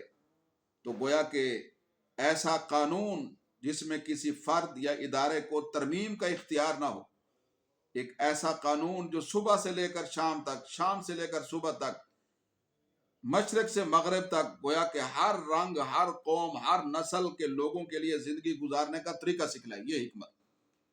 تو سنت کہہ سکتے ہیں آپ اس کو، کہ وہ ان کو اپنا طریقہ سنت سکھلائے۔ اور چوتھا مقصد نبی علیہ السلام کی بعثت کا اور قرآن کے نازل ہونے کا یہ ہے، قرآن کا حق یہ ہے کہ انسانی نفس کو وہ پاک کر دیں، یعنی اخلاقی گندگیوں سے، برائیوں کی دلدل سے نکال کر اخلاقی خوبیوں اور پاکیزہ صفات سے متصف کر دے، اور ان کے دل ایسے روشن ہو جائیں کہ ان میں اللہ کی محبت کا چراغ جو ہے وہ روشن ہو جائے، اور لوگوں کے دلوں کا کفر والا، شرک والا زنگ اتر جائے، اور وہ اللہ کی اور اللہ کے رسول کی محبت سے ان کے دل آباد ہو جائے۔ تو اللہ تعالیٰ نے ابراہیم علیہ السلام کی یہ دعا بھی نبی کریم حضرت محمد مصطفیٰ احمد مجتبیٰ خاتم الانبیاء صلی اللہ علیہ وسلم کے حق میں قبول فرمائی۔ اللہ اکبر۔ آگے اللہ تعالیٰ ارشاد فرماتے ہیں، یہ آیت نمبر 130، تو آیت نمبر 130 کے اندر اللہ تعالیٰ ارشاد فرماتے ہیں وَمَن يَرْغَبُ عَن مِّلَّةِ إِبْرَاهِيمَ إِلَّا مَن سَفِهَ نَفْسَهُ، اور ابراہیم علیہ السلام کے دین سے اس شخص کے علاوہ کون اعراض کر سکتا ہے جو اپنے آپ کو احمق بنا لے۔ تو اتنا پاکیزہ دین جس میں تعلیم کتاب اللہ ہے، اور جس میں تلاوت کتاب اللہ ہے، جس میں زندگی گزارنے کے دستور ہیں پاکیزہ، اور جس میں برائیوں سے انسان کے دل کو پاک کرنے کی تعلیم ہے، تو فرمایا یہ دین ابراہیمی ہے جو شرک سے پاک ہے، کفر سے پاک ہے، روحانی آلودگیوں اور گندگیوں سے پاک ہے۔ اس مبارک دین سے تو احمقی، بے وقوفی منہ پھیر سکتا ہے۔ وَمَن يَرْغَبُ، اور ابراہیم کے دین سے اس شخص کے علاوہ کون منہ پھیر سکتا ہے جو اپنے آپ کو احمق بنا لے۔ وَلَقَدِ اسْتَفَيْنَاهُ فِي الدُّنْيَا، اور یقیناً ہم نے ابراہیم کو دنیا میں چن لیا۔ وَإِنَّهُ فِي الْآخِرَةِ لَمِنَ الصَّالِحِينَ، اور بے شک وہ آخرت میں نیکوکاروں میں سے ہیں۔ یہاں ابراہیم علیہ السلام کی اللہ تبارک و تعالی نے تعریف اور توصیف فرمائی ہے، اور ملت ابراہیمی سے اعراض کرنے والوں کو احمق، نادان قرار دیا ہے۔ اس دعوے کی دلیل یہ ہے کہ ابراہیم کا انتخاب اللہ نے فرمایا، اور آخرت میں بھی ان کا مقام مرتبہ بلند ہوگا۔ تو معلوم ہوا کہ ابراہیم علیہ السلام کی ملت اللہ کی ملت، اللہ کی انتخاب کردہ ملت ہے۔ اب اگر کوئی شخص اس سے منہ پھیر کے نکل جاتا ہے تو اس کی نادانی میں کیا شبہ ہے۔ تو گویا اس آیت میں دعویٰ بھی ہے اور دلیل بھی ہے۔ آگے اللہ تعالیٰ ارشاد فرماتے ابراہیم علیہ السلام کی ایک اور خوبی، اِذْ قَالَ لَهُ رَبُّهُ أَسْلِمْ، فرمایا اے نبی علیہ السلام اس وقت کو یاد کیجئے جب کہا ابراہیم علیہ السلام کو ان کے رب نے کہ تم اے ابراہیم فرما بردار ہو جاؤ۔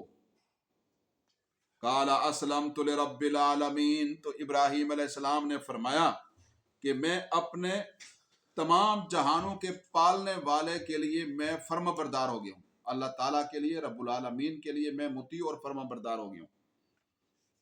اس آیت مبارکہ میں اللہ تبارک و تعالی حضرت ابراہیم علیہ السلام کی خوبی کو بیان کر رہے کہ انہوں نے اپنے آپ کو اللہ کے سپرد کر دیا، اللہ کے احکام کے سامنے سر تسلیم خم کر دیا، اور اللہ کی مرضی میں اپنی مرضی کو گویا ختم کر دیا، فنا کر دیا، اور اللہ کے حکم پر اپنی چاہتوں کو قربان کر دیا، اور اللہ کے ہر حکم کو بغیر حیل و حجت کے مان لیا، اور اس معاملے میں کسی ملامت کی پرواہ نہیں کی، نہ اپنے باپ کی، نہ اپنے کنبے قبیلے رشتہ داروں کی، نہ اپنے وطن کی فکر کی، اور نہ ہی جناب والا اس کے علاوہ بادشاہ کے تشدد کی فکر کی۔ یہی ملت ابراہیمی کا شعار ہے، اور نبی آخر الزمان صلی اللہ علیہ وسلم کی امت کا نام مسلمان اسی وجہ سے رکھا گیا۔ یہ امت مسلمہ ہے، یعنی یہ دین ابراہیمی اور ابراہیم علیہ السلام کی روش اور طریقے پر چلنے والی، کہ یہ اللہ کے آگے کسی کو خاطر میں نہیں لاتے، اللہ کے سامنے جھکنے والے ہیں، مطیع ہونے والے ہیں، فرما بردار ہونے والے۔ اس لیے اللہ تعالیٰ ارشاد فرماتے ہیں وَوَصَّى بِهَا إِبْرَاهِيمُ بَنِيهِ وَيَعْقُوبُ، اور اسی بات کی تاکید کی ابراہیم نے اپنے بیٹوں کو، اور یعقوب نے بھی، یا بنیا، اے میرے بیٹو، ان اللہ اصطفیٰ لکم الدین، بے شک اللہ نے چن لیا ہے تمہارے لیے دین۔ فرمایا فلا تموتن الا وانتم مسلمون، تم نہ مرنا، ہرگز تم نہ مرنا مگر مسلمان ہوگا، ہرگز تم نہ مرنا۔ اس آیت مبارکہ میں 132 حضرت ابراہیم علیہ السلام اور ان کے پوتے جناب یعقوب علیہ السلام کی اس وصیت کا ذکر ہے۔ وصیت کہتے ہیں تاکیدی حکم کا، جو انہوں نے اپنی اولاد کو کیا۔ حضرت ابراہیم نے حضرت اسحاق کو اور حضرت اسماعیل کو اور اپنے دیگر بیٹوں کو یہی حکم دیا کہ اللہ کے دین پر کاربند رہنا ہے، شرک نہیں کرنا۔ اور حضرت یعقوب علیہ السلام نے اپنے بیٹے یوسف بن یمین اور باقی 10 بیٹوں یعنی 12 کل بیٹوں کو یہی حکم دیا کہ اللہ کی توحید پر کار بند رہنے. تو اللہ کے ہر نبی نے یہی وصیت کی ہے. یعقوب ہوں، یوسف ہوں، ابراہیم، اسماعیل، اسحاق، سب نے اپنی اولادوں کو کہا کہ تم ہمیشہ اللہ کے دین پر قائم رہنا. یہ ہے وصیت، یہ ہے اولادوں کے دین کی اور ان کے ایمان کی اور ان کی توحید کی فکر کرنا، ان کی قرآن سے وابستگی کی فکر کرنا اور ان کی سنت پر قائم رہنے کی فکر کرنا. تو فرمایا کہ تم ہمیشہ اللہ کے دین پہ قائم رہنا اور تمہیں اسی دین پر ہی موت آنی چاہیے. یعنی کوئی لمحہ تمہارا، کیونکہ موت کا تو پتہ نہیں ہے، کسی لمحے بھی آ سکتی ہے، تو کوئی لمحہ تمہارا بے دینی میں نہ گزرے، کوئی لمحہ تمہارا اللہ کی منشا کے بغیر نہ گزرے. تو تمہیں مرتے دم تک اسی دین کے ساتھ وابستہ رہنا ہے. اس دین کی بنیاد کیا ہے؟ وہ یہی ہے کہ اپنے آپ کو اللہ کے سپرد کر دینا. تو حضرت یعقوب علیہ السلام کا جب وصال کا وقت آیا تو حضرت یعقوب علیہ السلام نے اپنے بیٹوں کو یہی وصیت کی کہ توحید پر قائم رہنا ہے. جمع کیا ان کو باقاعدہ اور یہ فرمایا کہ اللہ کے احکام کے سامنے سر تسلیم خم کرنا ہے. لیکن افسوس ہے کہ ایسا نہیں ہو سکا. یہودی اور عیسائی جو ہیں وہ اب اللہ کے دین پر قائم نہیں، انہوں نے یعقوب علیہ السلام کی وصیت کا کوئی پاس نہیں کیا ہے. تو اللہ تعالیٰ اسی کو بیان فرما رہے ہیں یعقوب علیہ السلام کی وصیت کو آگے اگلی آیت نمبر 133 میں. ام کنتم شہداء، فرمایا کیا تم حاضر تھے، اذ حضر یعقوب الموت، کہ جب یعقوب علیہ السلام کی موت کا وقت قریب آیا. اذ قال لبنیہ ما تعبدون من بعدی، حضرت نے فرمایا اپنے بیٹوں سے تم میرے بعد کس کی بات کرو گے بتاؤ. چونکہ ان کی تعلیم، ان کی تربیت دینی ماحول میں ہو چکی تھی. تو انہوں نے کہا حضرت نعبد الہک و الہ آبائک ابراہیم و اسماعیل و اسحاق الہ واحدا. تو وہ کہنے لگے ہم آپ کے معبود کی اور آپ کے آباء و اجداد ابراہیم، اسماعیل اور اسحاق کے معبود کی عبادت کریں گے جو ایک ہی معبود ہے، اللہ. وَنَحْنُ لَهُ مُسْلِمُونَ، اور ہم اسی کے فرما بردار ہیں. تو یہ یعقوب علیہ السلام کی بھی وصیت کا کامل ذکر آگے ہے. تِلْکَ أُمَّةٌ، اللہ فرماتے ہیں یہ تو ایک امت تھی، قد خلت لہا، جو گزر چکی، لہا ما کسبت، اس کے لیے وہ ہے جو اس نے کمایا، وَلَكُمْ مَا كَسَبْتُمْ، اور تمہارے لیے وہ ہے جو تم نے کمایا، وَلَا تُسْأَلُونَ عَمَّا كَانُوا يَعْمَلُونَ، اور نہیں پوچھا جائے گا تم سے ان چیزوں کے بارے میں جو وہ پہلے والے کیا کرتے تھے. تو اس آیت نمبر 134 میں اللہ تعالیٰ نے اپنے نظام عدل کو بیان کیا ہے کہ ہر شخص اپنے اعمال کا ذمہ دار خود ہے اور ہر انسان سے اس کے اپنے اعمال ہی کے متعلق بات پرس کی جائے گی. پہلوں کے اعمال پہلوں کے ساتھ اور بعد والوں کے اعمال بعد والوں کے ساتھ. تو پہلوں کے اعمال کی بعض پرس بعد والوں سے نہیں ہوگی اور بعد والوں کے اعمال کی بعض پرس پہلوں سے نہیں ہوگی. تو اللہ اپنے بندوں پر ظلم کرنے والا نہیں ہے، اس کا عدل و انصاف کا نظام بے مثل اور بے مثال. آگے اللہ فرماتے ہیں وَقَالُوا كُونُوا هُودًا أَوْ نَصَارَىٰ، یہ اس لیے اللہ نے فرمایا کہ بعض یہودی جو ہے وہ اپنے آباء و اجداد کے مفاخر بیان کرتے تھے کہ جی وہ اتنے اچھے تھے، بھائی وہ اچھے تھے تو ان کے اعمال ان کے ساتھ ہیں، تمہیں اس کا کیا فائدہ، تم تو ایمان ہی نہیں لائے.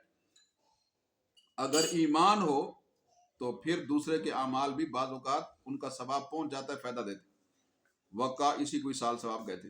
وَقَالُوا كُونُوا هُودًا أَوْ نَصَارَىٰ تَهْتَدُوا، اور کہتے ہیں تم یہودی یا عیسائی ہو جاؤ تو ہدایت پا جاؤ گے. قُلْ بَلْ مِلَّةَ إِبْرَاهِيمَ حَنِيفًا، آپ فرما دیجئے بلکہ ابراہیم کی ملت کو اختیار کرو جو سب سے یکسو ہو گئے تھے، سب سے ہٹ کٹ کر اللہ کی طرف ہو گئے تھے. ما کان من المشرکین، اور وہ مشرکین میں سے نہیں تھے. اس آیت نمبر 135 کے اندر یہود و نصارہ کی اس سوچ کی طرف اشارہ کیا گیا ہے جس کے مطابق وہ ہر شخص کو اپنے سانچے میں ڈھال کر اپنے جیسا بنانا چاہتے ہیں. یہودیوں کی یہ خواہش بھی ہے، یہ کوشش بھی ہے، اور عیسائیوں کی بھی، کہ ساری دنیا یہودی بن جائے، ساری دنیا عیسائی بن جائے. تو اللہ تعالیٰ نے ان کی تردید کرتے ہوئے فرمایا کہ یہودیت اور عیسائیت یہ معیار حق نہیں ہے. معیار حق تو دین حنیف ہے، وہ دین ہے کہ جس میں انسان صرف اللہ کی طرف یکسو ہو، جیسے ابراہیم تھے. یہ معیار ہے. وما کان، اور لوگوں کو کہتے تھے یہودی کہ ابراہیم علیہ السلام یہودی تھے، اور کبھی کہتے تھے ابراہیم علیہ السلام کیا تھے، عیسائی کہتے تھے عیسائی تھے، مشرک کہتے تھے وہ مشرک. اللہ نے فرمایا ابراہیم علیہ السلام نہ عیسائی تھے، نہ یہودی، نہ مشرک، وہ اللہ کی طرف یکسو ہونے والے تھے. وقالوا کونوا، اور کہتے ہیں یہ یہودی کہ ہو جاؤ تم یہودی، اور عیسائی کہتے ہیں ہو جاؤ تم عیسائی، تہتدوا، پھر ہدایت پاؤ گے. قل، فرمایا نہیں، معیار یہودیت یا عیسائیت نہیں ہے ہدایت کا. ہدایت کا معیار دین حنیف ہے، دین اسلام ہے، جو اب نبی علیہ السلام پیش فرما رہے ہیں، نبی آخر الزمان. قل بل ملت ابراہیم حنیفہ، بلکہ ابراہیم کی ملت کو اختیار کرو جو سب سے ہٹ کٹ کر یکسو ہو گئے تھے اللہ کی طرف، اور ما کان من المشرکین، وہ مشرک بھی نہیں تھے. حضرت ابراہیم علیہ السلام مشرکین میں سے بھی نہیں تھے. قولوا آمنا باللہ، تو کہہ دیجئے کہ ہم اللہ پر ایمان لائے. ہم نہیں مانتے یہودیت اور عیسائیت کو. ہم کس چیز کو مانتے؟ ایمان باللہ کو مانتے. کہہ دیجئے ہم اللہ پر ایمان لائے، وما انزل الینا، اور اس کتاب پر ایمان لائے جو ہماری جانب نازل کی گئی، یعنی قرآن.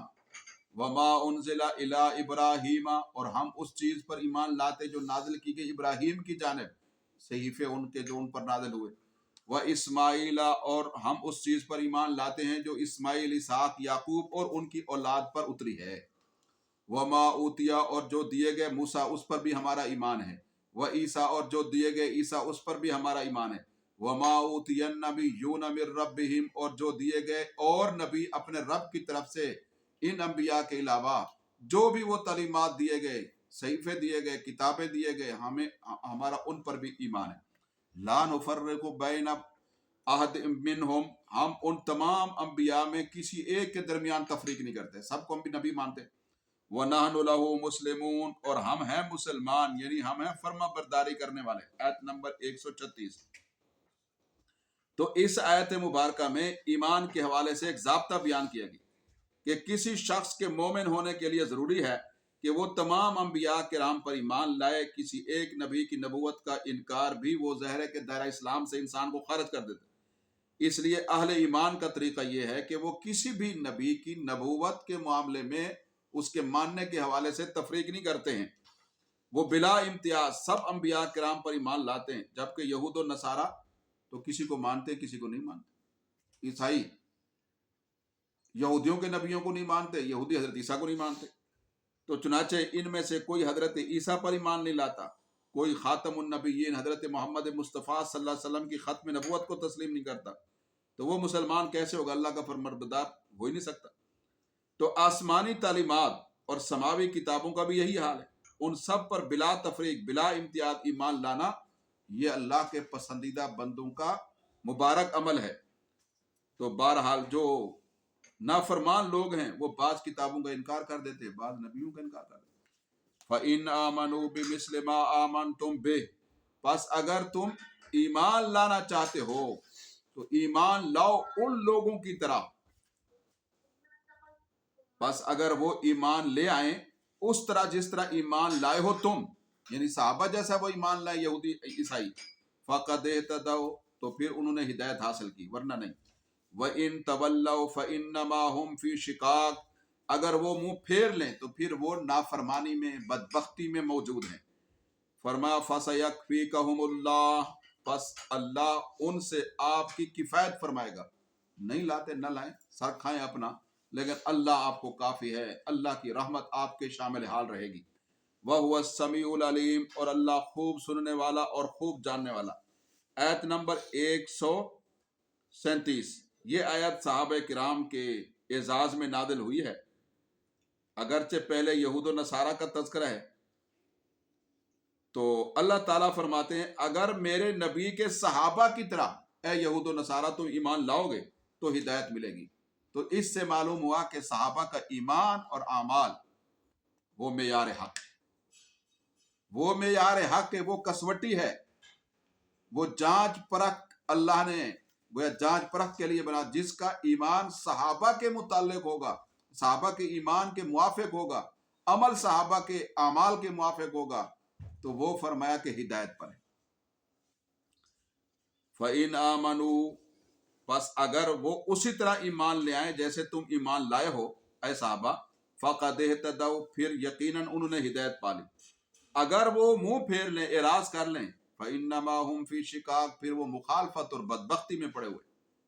صحابہ کے ایمان کو جو نہیں مانتا ہے وہ اس سے بڑا بدبخت کون ہو سکتا؟ فَسَيَكْفِيكَهُمُ اللَّهُ، پس ان قریب اللہ آپ کی کفایت کرے گا ان سے، وَهُوَ السَّمِيعُ الْعَلِيمُ، اور اللہ خوب جاننے والے ہیں۔ تو آیت کا مقصد یہ ہے، تفسیر یہ ہے کہ اگر میرے نبی کے صحابہ کی طرح ایمان لاؤ گے تو ہدایت ملے گی، ورنہ بدبختی ہے، محرومی ہے، بد نصیبی ہے۔ فرمایا میرے نبی اور ان کے صحابہ رضوان اللہ تعالی علیہم اجمعین کا تو تم کچھ نہیں بگاڑ سکو گے اگر مخالفت کرو۔ کیوں؟ اس لیے کہ میں ان کی کفایت کرتا ہوں، میں ان کی حمایت کرتا ہوں، میں ان کی نصرت کرتا ہوں۔ گویا اللہ تعالیٰ نے صحابہ کرام کے ایمان کو اتنی اہمیت دی ہے کہ یہود و نصارہ کے لیے بھی، تمام لوگوں کے لیے ان کے ایمان کو نمونہ اور معیار قرار دیا ہے۔ تو صحابہ کرام پر اعتماد کی اس سے بڑی دلیل اور کیا ہو سکتی؟ تو ایسا ہونا بھی ضروری تھا، کیونکہ یہ وہ لوگ تھے جنہوں نے نبی علیہ السلام سے تعلیم تربیت پائی، نبی علیہ السلام کے ساتھ سفر حضر میں رہے، شب و روز آپ صلی اللہ علیہ وسلم کے ہم نشین رہے، شرف صحبت ان کو ملا ہوا تھا۔ تو اس کا نتیجہ تو یہ نکلنا ضروری تھا کہ ان کا ایمان کامل ہو، ان کے اعمال صالح ہوں۔ تو ورنہ نبی علیہ الصلوۃ والسلام کی تعلیم تربیت کے حوالے سے تو جو باطل پرست لوگ تھے وہ شکوک و شبہات کا اظہار کرتے۔ بہرحال تو یہ آیت مبارکہ حضرت عثمان غنی خلیفہ سوم رضی اللہ تعالیٰ عنہ ذی النورین کے خون کا آخری قطرہ اسی آیت پر گرا۔ جب ان کو بلوائیوں نے شہید کیا تو خون کا آخری قطرہ جو ہے فَسَيَكْفِيكَهُمُ اللَّهُ، کہ اللہ آپ کے مخالفوں کے مقابلے میں آپ کی حمایت نصرت کرے گا اور اللہ آپ کو کافی ہے۔ تو اسی آیت مبارکہ پر ان کے خون کا آخری قطرہ گرا تھا۔ تو یہ گویا کہ ساری دنیا کو وہ خون کا قطرہ پیغام دے گیا کہ حضرت عثمان غنی حق پر تھے، ہدایت پر تھے، اور ہدایت یافتہ لوگوں کے لیے وہ معیار تھے، اور جنہوں نے ان پر حملہ کر کے انہیں شہید کیا، ہم فی شقاق، وہ بڑی بدبختی اور ان کی مخالفت میں پڑے ہوئے تھے۔ فَسَيَكْفِيكَهُمُ اللَّهُ، فرمایا ان قریب اللہ آپ کی کفایت کرے گا ان سے، اور اللہ خوب سننے والا اور جاننے والا ہے۔ آگے اللہ تعالیٰ فرماتے ہیں صبغۃ اللہ، اللہ کا رنگ اختیار کرو۔ آیت نمبر 138، وَمَنْ أَحْسَنُ مِنَ اللَّهِ صِبْغَةً، اور اللہ سے زیادہ کس کا رنگ اچھا ہو سکتا ہے؟ اللہ کا رنگ اختیار کرو، اور اللہ سے زیادہ کس کا رنگ اچھا ہو سکتا ہے؟ وَنَحْنُ لَهُ عَابِدُونَ، اور ہم اسی اللہ کی بات کرنے والے ہیں، خاص اسی کی بات کرنے والے ہیں۔ یہ آیت نمبر 138۔ اس آیت مبارکہ کی تفسیر یہ ہے، اس آیت میں عیسائیوں کی ایک رسم ہے جس کو بپتسمہ کہتے ہیں، اس کا رد کیا گیا ہے۔ عیسائیوں کے ہاں یہ مذہبی رسم ہے کہ جو شخص عیسائیت قبول کرنا چاہے اسے زرد رنگ کے ایک خاص پانی میں غوطہ دیا جاتا ہے، اور پھر اس کے ساتھ ساتھ کچھ خاص مذہبی رسومات بھی ادا کرتے ہیں۔ اس کے بعد یہ سمجھا جاتا ہے کہ گویا کہ اب یہ عیسائی ہو گئے۔ تو اللہ تعالیٰ نے فرمایا اس رنگ دینے کی ضرورت نہیں ہے، اللہ سے بڑھ کر کس کا رنگ اچھا ہے؟ اللہ کا رنگ قبول کرو، اللہ کے دین کو اپنے باطن اور ظاہر میں نافذ کر دو، یہ اللہ کا رنگ ہے۔ تو اللہ کا رنگ اللہ کا دین ہے، اس کو نیلے پیلے رنگوں سے کوئی فرق نہیں پڑتا۔ البتہ جو شخص اللہ کا دین قبول کر لے گویا اس نے اللہ کے رنگ کو قبول کر لیا ہے۔ تو یہ سب سے اچھا رنگ ہے، اللہ کے دین کے اثرات کو قبول کرنا چاہیے اور اللہ کے دین کے رنگ میں خود کو رنگنا چاہیے۔ اسی کو قرآن نے کہا وَمَنْ أَحْسَنُ مِنَ اللَّهِ صِبْغَةً، اللہ کے رنگ سے، اللہ کے دین سے اور کون سا رنگ یا دین بہتر ہو سکتا؟ وَنَحْنُ لَهُ، اب ہم اسی اللہ کی بات کرنے والے۔ قل، آیت نمبر 139، قل اتحاجوننا، اے نبی کریم صلی اللہ علیہ وسلم فرما دیجئے،